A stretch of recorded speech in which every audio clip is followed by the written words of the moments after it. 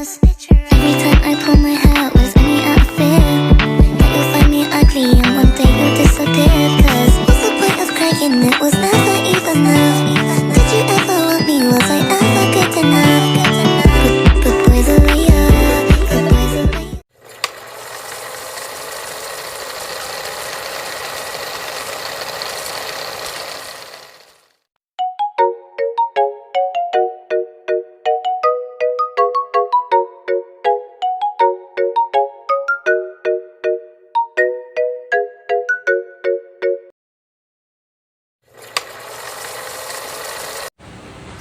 Hai, Assalamualaikum teman-teman.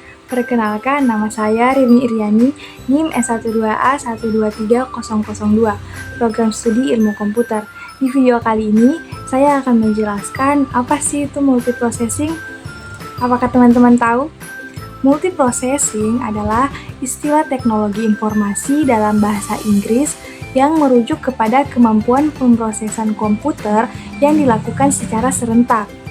Hal ini dimungkinkan dengan menggunakan 2 CPU atau lebih dalam sebuah sistem komputer. Multiprocessing juga memiliki beberapa jenis-jenis, yaitu yang pertama asymmetric multiprocess atau biasa disingkat AMP. Pendekatan pertama untuk multiprosesor spindling adalah asymmetric multiprocessing spindling atau biasa disebut juga sebagai penjadwalan master-slave multiprosesor, di mana metode ini satu prosesor bertindak sebagai master dan prosesor lainnya sebagai slave. Master prosesor bertugas untuk menjadwalkan dan mengalokasikan proses yang berhubungan dengan sistem. Slave prosesor melayani user request dalam mengeksekusi program. Jenis-jenis multiprocessing yang kedua yaitu symmetric multiprocessing atau biasa juga disebut SMP. Symmetric multiprocessing melibatkan arsitektur perangkat keras komputer dan perangkat lunak multiprosesor, di mana 2 atau lebih prosesor yang identik terhubung ke memori utama tunggal yang dibagikan memiliki akses penuh ke semua perangkat input dan output, dan dikendalikan oleh intent sistem operasi tunggal yang memperlakukan semua prosesor sama, tidak memesan untuk tujuan khusus. Sebagian besar sistem multiprosesor saat ini menggunakan arsitektur SMP. Dalam kasus ini, prosesor multi-inti arsitektur SMP berlaku untuk inti, memperlakukan mereka sebagai prosesor terpisah. Jenis-jenis multiprocessing yang ketiga yaitu Massively Parallel Processing atau bisa disingkat MPP. Sistem ini terdiri dari banyak prosesor yang bekerja secara independen dengan memori sendiri-sendiri, tetapi dapat berkomunikasi satu sama lain melalui jaringan berkecepatan tinggi. Sistem digunakan untuk pemrosesan data dalam skala besar, seperti pada superkomputer. Jenis multiprocessing yang keempat yaitu cluster computing, yang menggunakan beberapa komputer terpisah yang terhubung melalui jaringan untuk bekerja bersama sebagai satu sistem terdistribusi. Setiap komputer dalam cluster menjalankan tugas sebagai paralel untuk mencapai kinerja yang lebih baik. Jenis multiprocessing yang kelima yaitu grid computing, mirip dengan cluster computing, tetapi menggunakan sumber daya komputasi dari berbagai lokasi geografis yang terdistribusi. Sumber daya ini dikelola dan dikombinasikan untuk menyelesaikan tugas-tugas besar. Setelah jenis-jenis dari multiprocessing, saya akan memberitahu kelebihan dan kekurangan dari multiprocessing. Kelebihan multiprocessing yang pertama, peningkatan throughput. Yang meningkat adalah peningkatan jumlah pekerja yang dapat dilakukan dalam waktu tertentu. Dengan peningkatan jumlah pekerja, alhasil pekerjaan akan cepat dan mudah untuk diselesaikan. Yang kedua, lebih ekonomis daripada sistem dengan banyak prosesor tunggal karena kita berbagi memori, storage, dan power supply. Yang ketiga, peningkatan kehandalan. Jika pekerjaan terbagi rata, maka kegagalan salah satu prosesor bisa ditanggulangi oleh prosesor-prosesor yang lainnya. Misalnya seperti terdapat satu atau lebih CPU di mana salah satu CPU rusak atau gagal, maka pekerjaan masih dapat berjalan karena CPU yang lainnya tidak rusak dan dapat melanjutkan pekerjaan. Selanjutnya, kekurangan multiprocessing. Kekurangan dari multiprocessing yaitu yang pertama, peningkatan overhead memori. Multiprocessing dapat memiliki overhead memori yang lebih tinggi karena setiap proses memerlukan area memori khusus. Hal ini sangat penting ketika mengelola berbagai proses. Yang kedua, komunikasi. Karena beberapa prosesor berkomunikasi satu sama lain, implementasi sistem operasi menjadi rumit untuk ditangani. Yang ketiga, deadlock.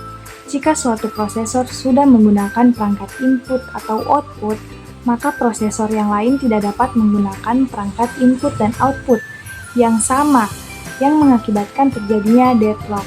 Dan yang terakhir, performa. Jika ada prosesor yang tidak berfungsi, maka pekerjaan akan dibagi di prosesor lainnya. Efek buruknya adalah pekerjaan akan selesai dalam waktu yang lama, dan performa sistem akan terpengaruh. Selanjutnya, saya akan menjelaskan pengertian dari multithreading.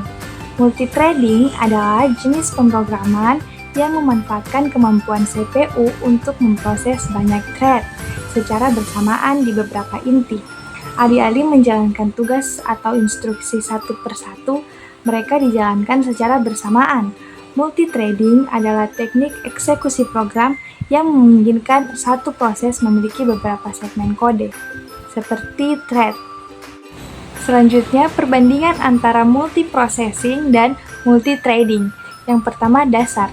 Multiprocessing membantu Anda meningkatkan daya komputasi, sedangkan multithreading membantu Anda untuk membuat thread komputasi dari satu proses untuk meningkatkan daya komputasi. Yang kedua, eksekusi. Multiprocessing memungkinkan Anda untuk menjalankan banyak proses secara bersamaan, sedangkan multithreading beberapa thread dari satu proses dieksekusi secara bersamaan.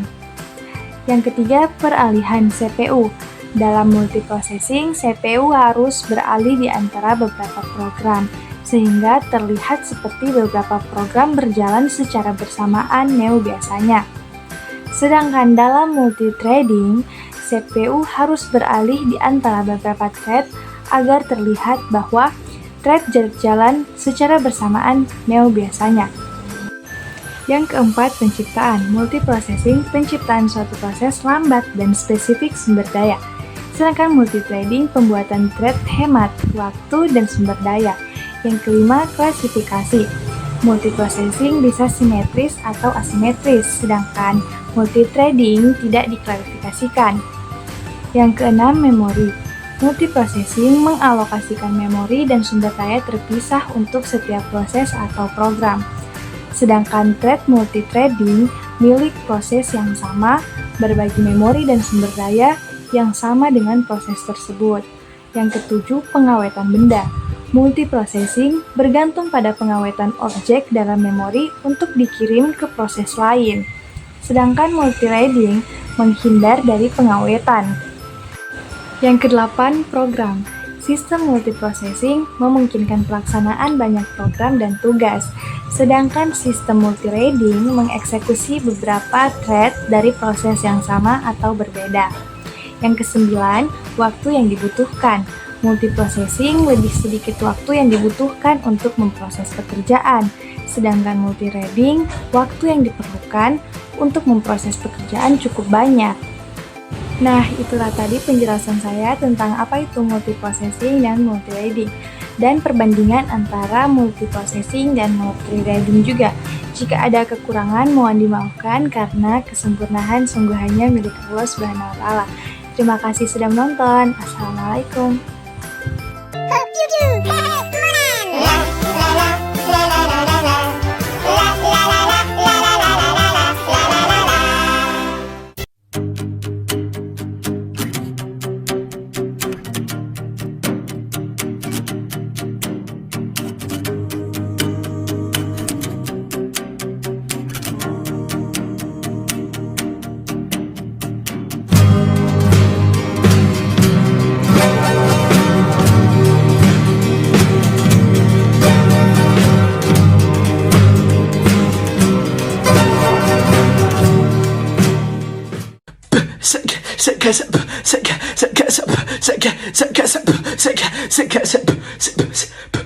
Segue